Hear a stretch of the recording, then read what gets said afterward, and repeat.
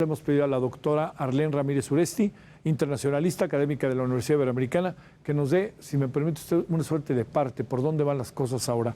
Arlén, doctora, gracias por tu tiempo. ¿Cómo has estado? Muy buenas noches.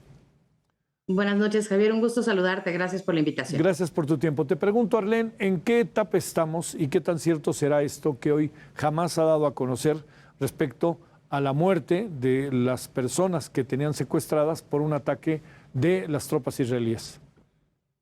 Bueno, pues de darse la confirmación y de sobre todo de verificar la fuente, ¿no? Que ahora se especula mucho que jamás dice o se pronuncia y comenta, pero en realidad no se tiene la certeza, sobre todo, de que en realidad esa sea la ubicación en donde están estos rehenes de los que tanto se ha hablado.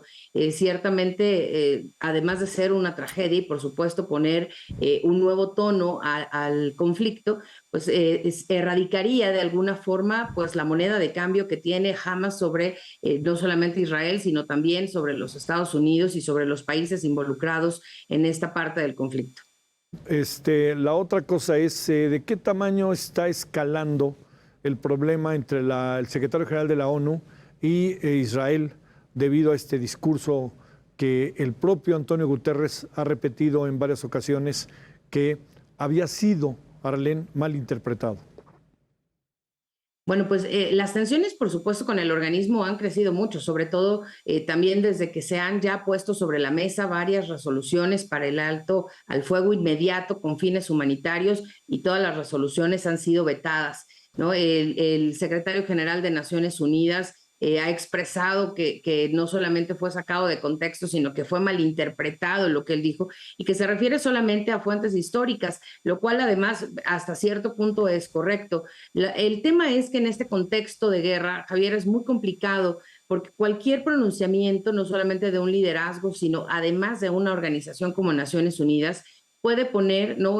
Un acento mucho más complejo a lo que estamos viendo en Medio Oriente. Hoy, ya en el umbral del día 20 de la guerra, esto puede no solamente bloquear y hacer mucho más difícil las labores, ¿no?, de atención humanitaria que lleva a cabo las Naciones Unidas, sino además la operación, digamos, para poder no solamente mediar, sino conciliar y resguardar a la población civil que está pues altamente vulnerable en la región. Oye, bajo esta dinámica, estaríamos en los próximos días como estaría pasando algo muy fuerte en los próximos días, o seguiremos con esta especie de calma chicha de bombardeos de un lado a otro y de otro lado, y Israel pues, asegurando que tarde que temprano va a hacer va a tener una invasión, o en sentido estricto, lo que sería una entrada terrestre a territorio de Hamás, que en el fondo es el territorio de Palestina, no olvidarlo. Por supuesto. Fíjate que hay varios componentes interesantes que nos están dando luz de hacia dónde se va tomando el matiz en la guerra. Y uno de ellos pareciera que pasa un poco desapercibido, pero es un discurso que subió a sus redes sociales la reina de Jordania, Rania, Sí, lo una vi, mujer que sí. se había mantenido, ¿no? Sí. Muy en causas altruistas. El pronunciamiento de la reina de Jordania pone un acento bastante interesante a la postura de los países de la periferia con respecto al conflicto. Y en ese sentido, creo que no solamente tenemos que observar la postura respecto a los refugiados, sino también a que ya están empezando a meter un poco más de presión, sobre todo a la comunidad internacional, para que de forma, ¿no?, mucho más rápida se pueda adoptar esta solución de los dos estados, que sería regresar prácticamente a los acuerdos, ¿no?, de los años 60, en donde Palestina tenía además otros territorios.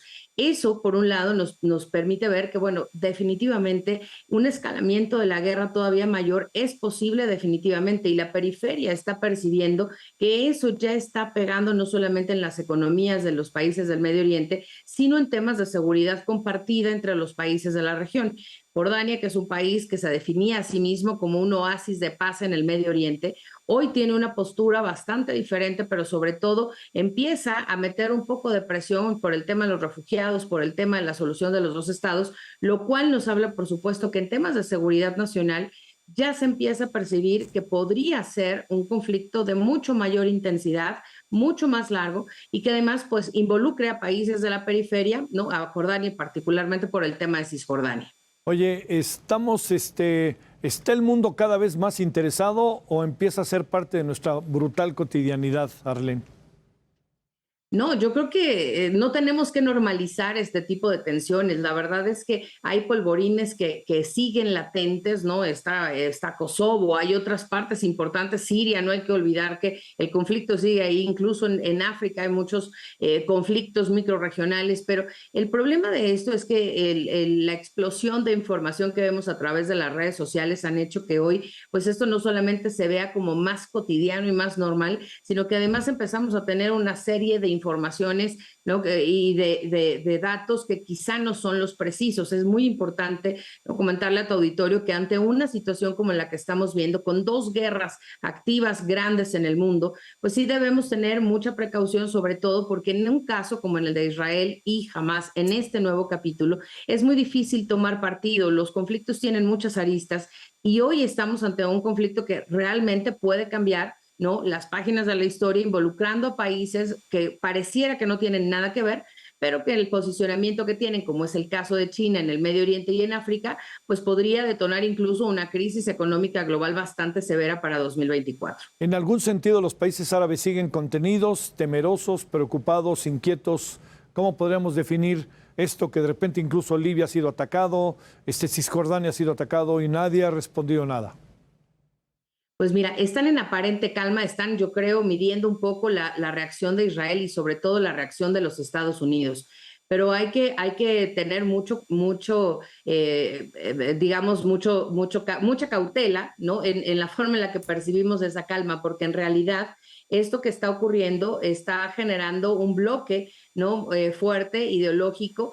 Y aquí hay un tema también bien interesante, porque los países están tomando partido, digamos, están posicionando el tema de los 2 estados en Israel y están respaldando a Palestina, pero no le están abriendo la puerta a los palestinos. Sí. Es decir, los países de la periferia están preocupados por su seguridad interna, están preocupados, por supuesto, por el desarrollo económico y están siendo hasta cierto punto solidarios con los palestinos. Y digo hasta cierto punto porque nadie se ha ofrecido ni ha levantado la mano. Al contrario, Egipto y Jordania han dicho que ellos no van a recibir a los desplazados, a los refugiados palestinos. Entonces, eso nos habla también que al interior del grupo de los países de la Liga Árabe, pues hay bastantes fracturas, hay corrientes diferentes y hay países árabes islámicos, no mucho más moderados, que habían cooperado bastante bien con los Estados Unidos.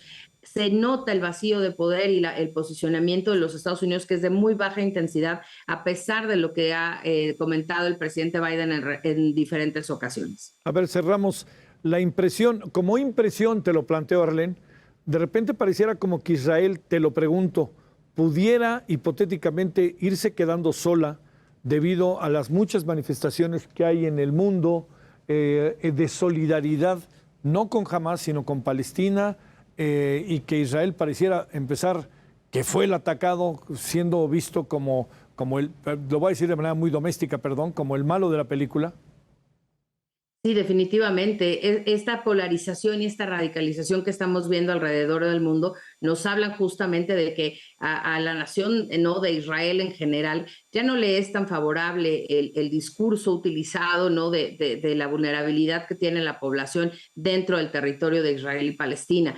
Hoy pareciera que la historia finalmente, ¿no?, basándonos en los hechos y en el ritmo de ocupación que tuvo Israel, no guardando, por supuesto, la proporción del impacto humanitario que esto ha tenido, pues pareciera que hoy la historia finalmente reconoce que Israel ha incumplido los acuerdos, que ha violentado en diferentes etapas el derecho internacional humanitario, y hoy la conciencia que tiene la comunidad internacional y la ciudadanía global respecto a este tema, pues ha cambiado mucho el enfoque. Estamos ante una situación muy compleja porque definitivamente los brotes antisemitas alrededor del mundo pues pueden crecer de manera exponencial, cambiando la narrativa, ¿no?, anti-islámica, anti-árabe que habíamos venido teniendo después del ataque de las Torres Gemelas. Te mando un gran saludo, Arlene Ramírez. Muchas gracias. Buenas noches. Al contrario, gracias, Javier. Un gusto como siempre. Buenas noches. Gracias por tu participación.